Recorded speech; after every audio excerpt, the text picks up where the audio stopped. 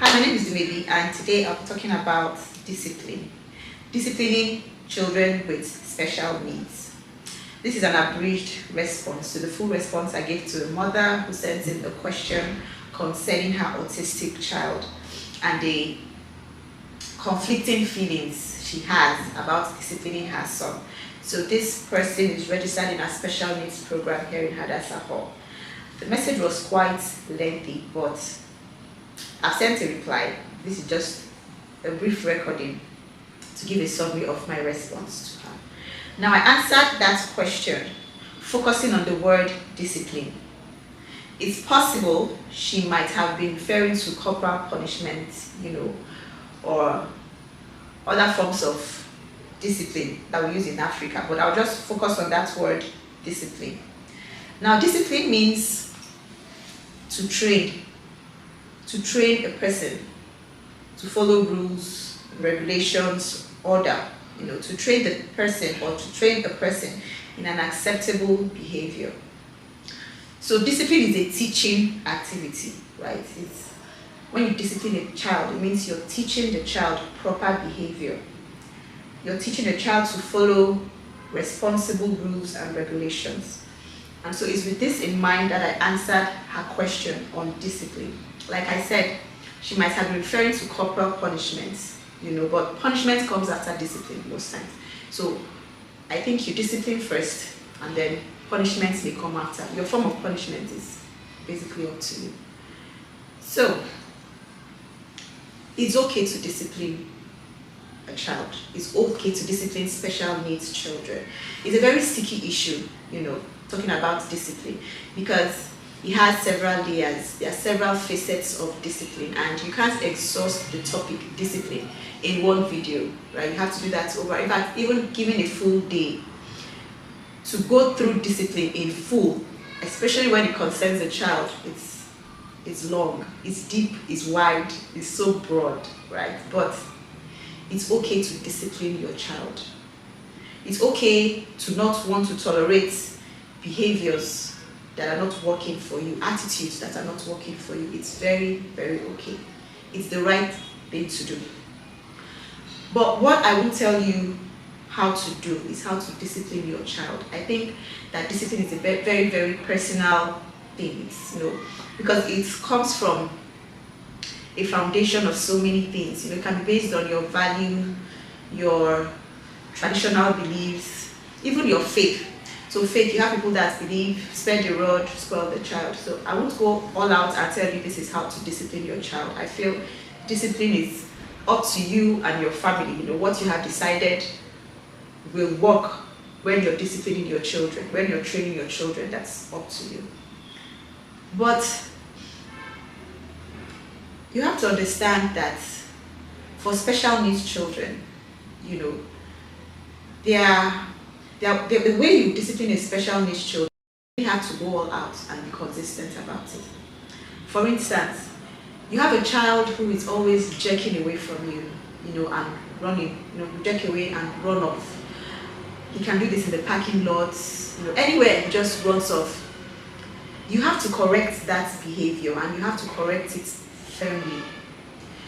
You won't see your child run off into a parking lot and then you run to the child and hug the child and say, "Oh, you're such a superstar." Oh, no, because at that time you're petrified, you're scared, you're angry, you have so many emotions bubbling out, but it's not happiness and it's not joy. Definitely not happiness, not joy. You are scared for your child because anything can happen. It can be a church parking lot. Okay, I'm in Asaba. Parking lots that are very busy. You have Asaba Mall and maybe Gabs shopping center. So those parking lots are very busy. So imagine your child running into that parking lot and the car is coming. Now that is where you apply your disciplinary measures. You have to be firm to tell your child that it's not right to drive or to run into a parking lot. You also teach the child other points of traffic movements. Green lights means cars are moving, right? Green light at the traffic point means cars are moving. So you look left, you look right, and all of that. So you discipline children, especially special needs children, because you want them to be safe. it boils down to the safety of the child. You want to be sure that in your absence, your child is safe. Your child is independent enough to take care of himself. Whether he's with your family or relations or friends or he's alone, safety is the watchword when it comes to disciplining special needs children. You want them to be very, very safe. You also want them to self-regulate, to know this is the right thing to do and this is not the right thing to do. Of course, communicating those information to children, especially special needs children that are unresponsive or non-verbal, can be very difficult. But that is where you need the support of experts and therapists, like a speech therapist, an occupational therapist, your child's teacher, or an expert in the field.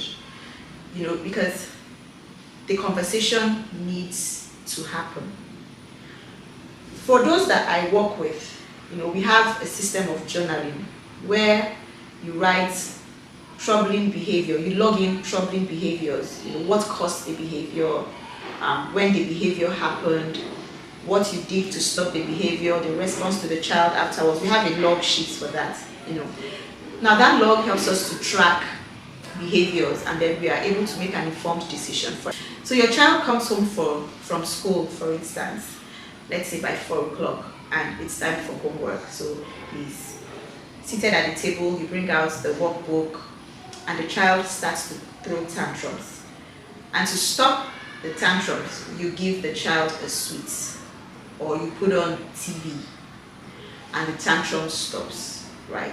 You log that in over several days, and we see that every time at 4 o'clock, once you bring out homework, the child starts to throw tantrums, and then the child gets sweets or the child gets TV.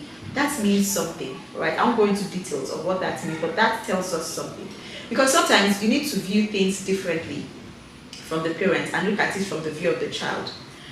For instance, this scenario I've painted, you might think you're discouraging behavior, but you're actually reinforcing it to the child. The child sees it as a reinforcer, while you see it as a discourager.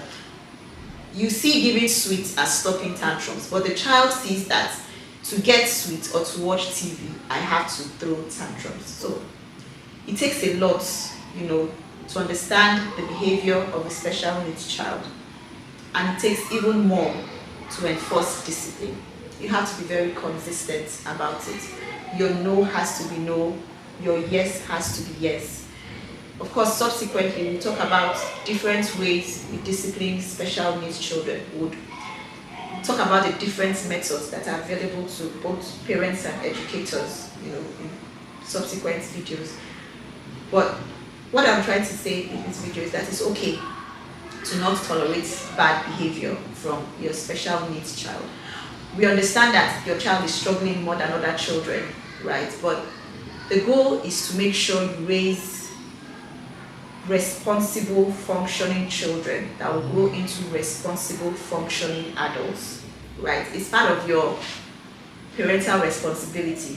It's part of the developmental process to ensure that your child is safe and functioning responsibly. So, whenever you feel conflicted, whenever you feel guilty, I'm about to discipline my child, I feel bad, that I have to be firm at this point, just know that it's for the good of the child, it's for the benefits of your child, and he's going to thank you for it, society will thank you for it, and he'll also be glad, that you raised a child that can look out for himself, even if you're not there, even if his friends or caregivers are not around. Your child can look out for himself and take care of himself, right? So that's basically it. Like I said, I sent in a detailed response to this mom, but it's a topic that parents with special needs children are always asking about. How do I discipline my child? Should I mean, it's difficult seeing him throw tantrums or hit himself on the ground or this or that, but you have to be very consistent and firm. With time, like I said, you self-regulate and learn that this is acceptable behavior and this is not acceptable behavior, right? So that's it. Thank you for watching.